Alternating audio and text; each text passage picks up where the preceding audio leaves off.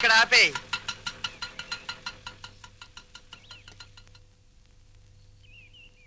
ఏమంటారో ఏంటో.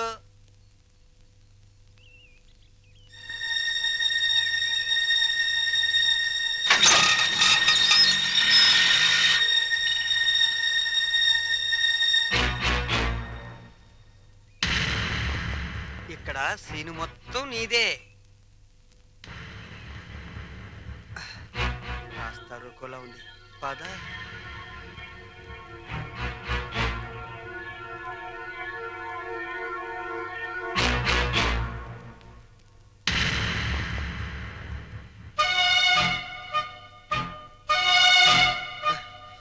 జగన్నాథరావు గారు అమ్మాయిగా ఈ పిల్ల ఫోన్ చేసి నన్ను రమ్మంది. వెళ్ళాను. ఆటో తీసుకురా అంది, తీసుకొచ్చాను. ఎక్కువ అంది, ఎక్కాను. మీ ఇంటికి తీసుకెళ్ళు అంది, తీసుకొచ్చాను. ఇక్కడ జరిగిందంతా నాన్నగారు చెప్పారు. రాము అంటే నాకెంత ఇష్టమో మా నాన్న అర్థం చేసుకోలేదు. తన అల్లుడికి డబ్బు హోదా ఉండాలని ఆయన ఉద్దేశం. నా భర్తకు ఆత్మాభిమానం ఉండాలని నా ఉద్దేశం. అది ఇక్కడుందని తెలిసాక ఎంతో గర్వపడ్డాను.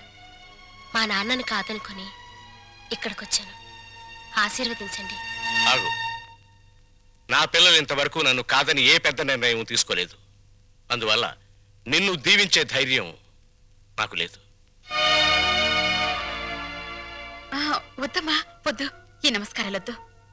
అబ్బా, ప్రపంచ బ్యాంక్ లాంటి నాన్న, రిజర్వ్ బ్యాంక్ లాంటి అమ్మ, బంగారు గనుల్లాంటి మేమున్నామని నిన్నని ఈ రోజు బంగారు గుడ్లు పెడుతుందనో బాతును తీసుకొస్తే ఆశీర్వదించలేండి నాన్న.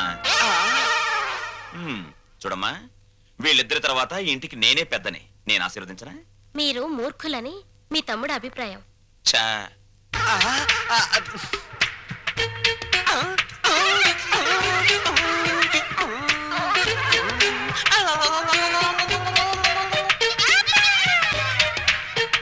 సందు దొరికితే నీతి నిజాయితీల మీద ఆవేశంగా ఉపన్యాసాలు ఇస్తారని, తిరగబడిపోయి తన్నులాటకు దిగిపోతారని కూడా చెప్పారు. నా గురించి కూడా ఏదైనా బ్యాడ్ గా చెప్పాడా? ఈ ఇంట్లో మీకంత సీన్ లేదన్నారు.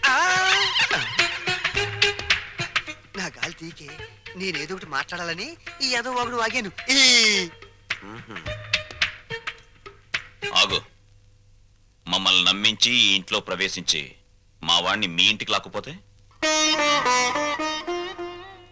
బంగారానికి గీట్రాయి ఉంటుంది. అది ఒకసారి బంగారం అని తేలాక మళ్ళీ ఇత్తడిగా మారే ఆస్కారం ఉండదు. మీరు కొన్నాళ్ల పాటు గీట్రాళ్ళుగానే ఉండండి. నాకు పెళ్లి కూడా అక్కర్లేదు. నేను ఇత్తడి కాదు అని తేల్చుకున్నాకే మీ కోడలుగా స్వీకరించండి. చూడమ్మాయి, మీ నాన్నగారికి నీ మీద ఎంత ప్రేమో ఆయన ఇంటికొచ్చినప్పుడే అర్థమైందమ్మా.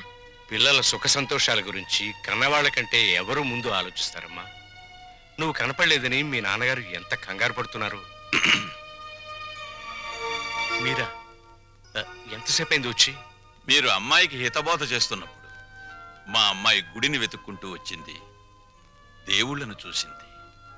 100 రూపాయి నోటి మీద గాంధీ బొమ్మ లాంటి వారు మా బావగారు. లక్ష్మీదేవికి కేర్ ఆఫ్ అడ్రస్ మా చెల్లెమ్మ. మా అమ్మాయి ఎంతో అదృష్టవంతురాలు. నా తల్లి ఈ ఇంట్లోనే ఒక తల్లి, తాతమ్మ కూడా కావాలని నా ఆశ. వస్తాను.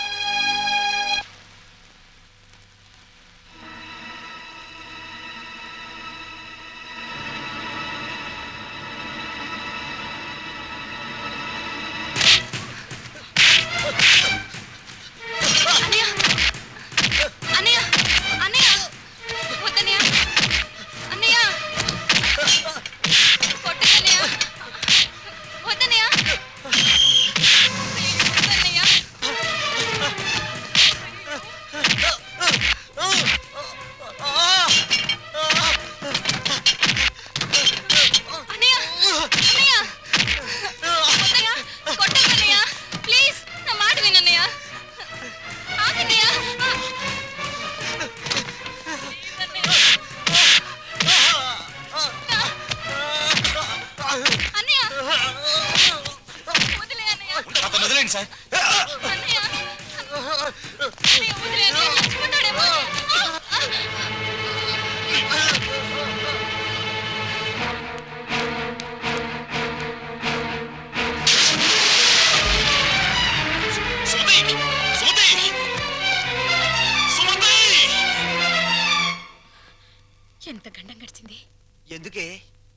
ఎంత అగాయిత్యం చేసావు? చెప్పమ్మా. అన్నయ్యని ఆపడానికి ఆ. నాకు అంతకంటే మార్గం కనిపించలేదు. అన్నయ్య అతన్ని కొట్టి చంపేస్తాడేమో అని భయం వేసింది. నీ భయం ఇదొక్కటేనా? ఇంకేమైనా ఉందా? మేమిద్దరం ప్రేమించుకుంటున్నాం. ప్రేమించుకుంటే ఈ జై కామరాజు వడయారు కొడుకును కొడతారా? ఒక్కొక్కని నా రోడ్డు రోడ్ల కింద పెట్టి అక్కడ నిన్నట్లు నడిపేస్తాను. నేను మంచికి కన్నడ కంటి ఇవ్వను, చెడుకు చందన స్మగ్లర్ వీరప్పన్ని. కొట్టింది కాక వచ్చారా? జరిగిన దానికి క్షమించమని అడగడానికే వచ్చాం. క్షమించను. ప్రధానమంత్రి ఫోన్ చేసి చెప్పినా క్షమించను. ప్రధానమంత్రి ఏమో. అలాగా. హలో, నువ్వా? మా ప్రసాద్ను కొట్టిన విషయం నీ దాకా వచ్చిందా? నా కొడుకును కొట్టిన వాళ్ళను తారులో కలిపి రోడ్డు వేసేంత వరకు నిద్రపోదని నా రోడ్ల మీద ప్రమాణం చేశాను రా. నా బావమరిది అమెరికా నుంచి. అప్పుడే నా పరువు ఇండియా దాటి అమెరికా దాకా వెళ్ళింది. అసలు నా ఇంటికి రావడానికి సిగ్గులేదు మీకు? చూస్తే దిట్టంగా నలుగురున్నారు. మీరు ఎవరు నా కొడుకును కొట్టింది చెప్పండి. నేనే కొట్టాను.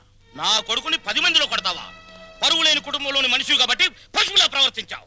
మగవాడన్నాక చెయ్యి వేస్తాడు. వేస్తే నీ చెల్లెలు ఎందుకు ఊరుకుంది? ప్రేమించింది కాబట్టి ఊరుకుంది. చిచ్చే, వంశాన్ని బట్టి ఆలోచనలు, ఆలోచనలు బట్టి బుద్ధులు. ఆడపిల్లను పెంచుకోవడం చేతగాక ఊరు మీద వదిలిపెట్టిన మీ కుటుంబం బతుకు ఎలాంటిదో. కప్పు కొడుతుంది. బయటికి వెళ్ళండి నాయన, ఇల్లంతా కడిగించుకోవాలి. వెళ్ళండి. మా అమ్మ మళ్ళీ చచ్చిపోయింది. మా అమ్మ ఫోటో బద్దలు కొడతావా? నిన్ను ఎందుకంత కోపం వచ్చింది? మా అమ్మ ఫోటో పగల కొడితే నాకు కోపం, పక్కింటోడు కోపం వస్తుందా? ఆ ఫోటోకి ప్రాణం లేదుగా. అయినా అదంటే నాకు ప్రాణం. ఎప్పుడో చచ్చిపోయిన మీ అమ్మ ఫోటో పగలగొడితేనే మీకింత ఉలుకొచ్చిందే. ప్రాణానికి ప్రాణమైన నా చెల్లెల మీద చేయి పడితే నా రక్తం ఉడికిపోదా? అదే ఆడదాన్ని గౌరవించడం చేతకాని మనిషివి అమ్మ ఫోటో మాత్రం పెట్టావు. ఇందాకేమన్నారు? మగాడన్నాక ఆడపిల్ల మీద చెయ్యేడా అని అన్నారు కదా. నేను ఇప్పుడు మీ పెళ్ళ మీద చెయ్యేస్తాను. మగాడే కదా, పోన్లే, మీరు ఊరుకుంటారా? రంగా, అమ్మా క్షమించమ్మా. అంతేనమ్మా, అంతే. దోపిడీలు చేసేవాళ్ళు, మద్దతులు చేసేవాళ్ళు, మానభంగాలు చేసేవాళ్ళు దర్జాగా తలెత్తుకు బతుకుతున్నారు. కానీ ఆడపిల్లల్ని కన్నవాళ్ళు మాత్రం తలెత్తుకు బతకలేకపోతున్నారు. అదండి ప్రపంచం. వస్తాం సార్, వస్తాం. ఇందాక మీ ఇల్లు కడుక్కోవాలన్నారుగా, మర్చిపోకుండా ఫినాయిల్ తో కడుక్కోండి. వదన్నా. అమ్మా, నీకో శుభవార్తే. నీ మనవడికి రఘురామయ్య గారి అమ్మాయితో పెళ్లి కుదిరింది. అవును, ఈ రఘురామయ్య గారే. ఓకేను.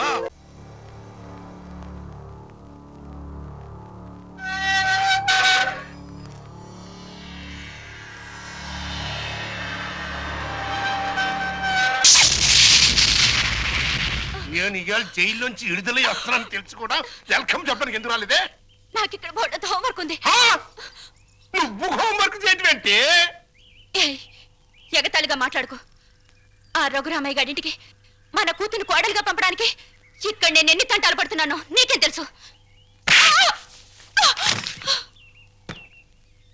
నా గర్భశత్రు ఇంటికి నా కూతుని కోడలుగా పంపిస్తావా? మన జీవితానికి విలన్ అనుకున్న వాడింటికి నాగుపావుని వదిలావనుకో, ఊహించుకో.